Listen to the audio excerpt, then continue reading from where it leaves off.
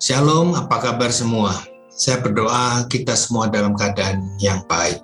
Kalau kita boleh ada sebagaimana ada saat ini, itu karena anugerah Tuhan dan perlindungan dari tangan Tuhan yang sempurna.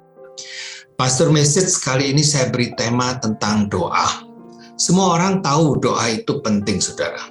Tetapi nggak semua orang menjalankannya. Itu yang jadi masalah, saudara.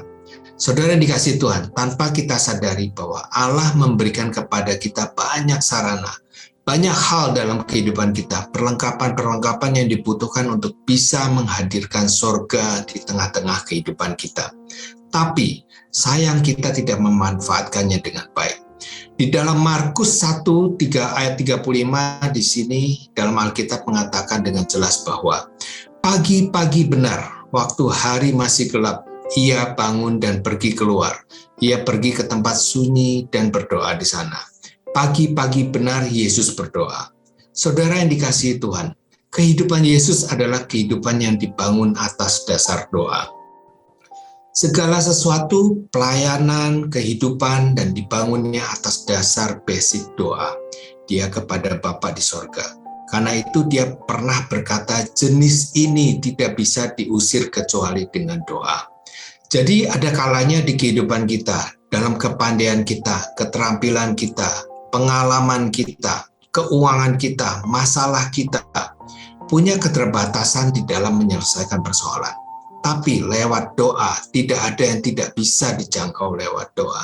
Karena itu Bapak Ibu Saudara, saya mau dorong saudara, mari bangun kebiasaan untuk berdoa. Kebiasaan doa itu perlu dibiasakan sampai itu menjadi sebuah gaya hidup.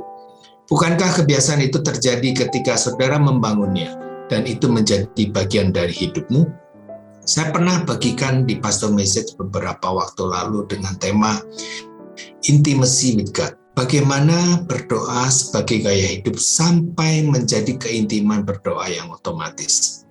Dr. Caroline Leaf berkata, kalau kita mempraktekkannya berturut-turut sampai 63 hari atau 3 kali 21 hari, kita akan memasuki keintiman berdoa sebagai gaya hidup. Doa itu begitu penting. Kenapa doa itu begitu penting? Karena bagi saya, doa itu adalah sebuah sarana untuk bisa mengenal Tuhan.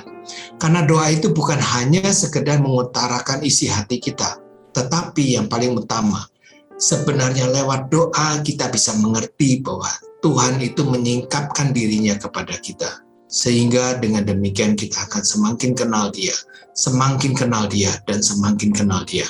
Bukankah Rasul Paulus berkata, yang ku kehendaki adalah mengenal dia. Perjalanan kekristenan kita tidak akan pernah bisa mengalami pertumbuhan tanpa pengenalan kita akan Tuhan. Kita akan ada dalam situasi yang sama kalau pengenalan kita akan Tuhan mengalami stagnasi. Saya ingin mengajak saudara, mari latih diri kita. Hal yang pertama, doamu adalah doa yang membawa kita mengenal Tuhan untuk lebih dekat. Hal yang kedua, mengapa doa itu begitu penting? Berdoa adalah komunikasi dua arah dengan Tuhan. Karena doa membangun komunikasi dengan Tuhan. Doa itu adalah komunikasi dua arah, saudara. Yaitu mengutarakan apa yang ada di hatimu kepada Tuhan. Dan saudara mendengarkan apa yang Tuhan mau taruh ke dalam hati saudara. Jadi doa itu komunikasi dua arah. Bukan hanya Tuhan bicara kepada saudara atau sebaliknya. Jadi berdoa ini adalah komunikasi saudara. Selain doa adalah sebagai sarana untuk bisa mengenal Tuhan, tetapi doa juga bisa membuat kita semakin hari semakin tahu rencana Tuhan dalam kehidupan kita. Yaitu apa yang kita mau kita kerjakan? Saudara, banyak orang yang tergesa-gesa mengerjakan pekerjaan yang kita pikir baik buat Tuhan. Sesuatu yang kita pikir baik buat Tuhan belum tentu itu Tuhan yang Tuhan mau, yang kita kerjakan dalam kehidupan kita. Saudara yang dikasihi Tuhan, lewat doa, Tuhan akan singkapkan. Tuhan akan beritahu apa yang sebenarnya saudara harus lakukan, apa yang sebenarnya saudara harus tidak lakukan. Dan di dalam doa itu saudara akan semakin mengerti isi hati Tuhan. Dan rencana-rencananya dalam kehidupan saudara. Sehingga Dengan demikian saudara tidak perlu menghabiskan waktu dengan percuma, energi, tenaga, mungkin uang. Tetapi lewat doa ini saudara tahu apa yang harus saudara lakukan. Dengan demikian doa jangan saudara anggap sepele. Sudahkah saudara berdoa?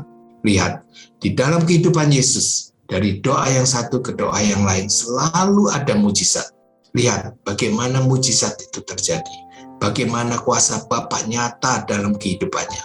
Mau mujizat terjadi dalam hidupmu? Mari bangun kebiasaan berdoa. Amin, and God bless you all.